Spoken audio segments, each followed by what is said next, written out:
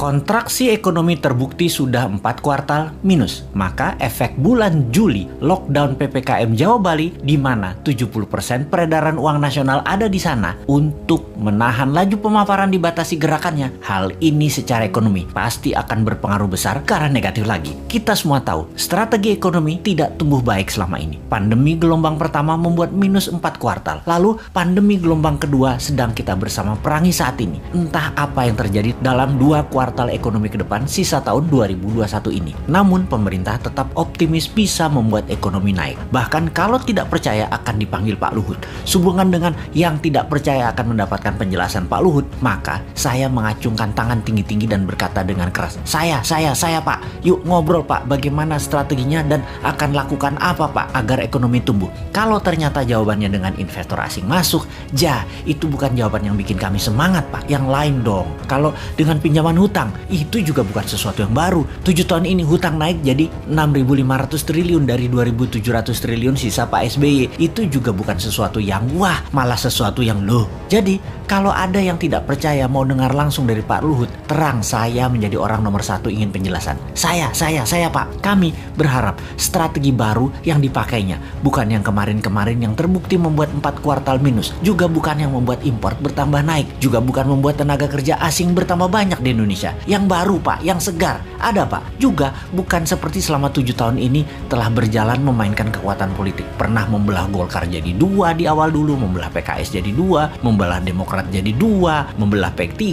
membelah PAN, baik langsung ataupun tidak langsung, mendukung atau mendiamkan perpecahan politik terjadi. Jangan lagi seperti itu. Jangan terlalu berpolitiklah bernegara. Utamakan keselamatan rakyat, humanitarian. Ekonomi juga jangan terlalu mementingkan asing lah. Hutang, investor asing, keduk hasil bumi, sumber daya alam, tanah air, tenaga kerja asing, pajak mencekik, dukunglah dengan mempermudah. Seperti izin di BPOM misalnya. Ada ribuan izin yang nyangkut tahunan di sana. Juga berpihaklah dengan regulasi digital yang terbuka dan luas agar muncul startup unicorn atau dekakorn yang sampai saat ini nggak tumbuh-tumbuh lagi. Yang ada 5 unicorn itu juga produk sebelum 2014 kebanyakan. Bukan kebijakan selama 7 tahun berkuasa. Kalian belum membantu digital anak bangsa satu pun jadi unicorn karena kebijakan kalian. Mana janjinya? Ini hanya sedikit janji kampanye yang dipertanyakan generasi muda. Lalu ada mini lockdown Jawa Bali Juli ini. Akibatnya pasti melambat lagi 2 kuartal ke depan. Bisa minus lagi. Jangan sampai 6 kali minus loh ekonominya. Sampai akhir tahun 2021 ini minus, itu berbahaya. Berat mesin ekonomi kalau turunnya terlalu dalam atau diamnya mesin terlalu lama. Yang Newmind takut adalah minyak crude oil yang saat ini $75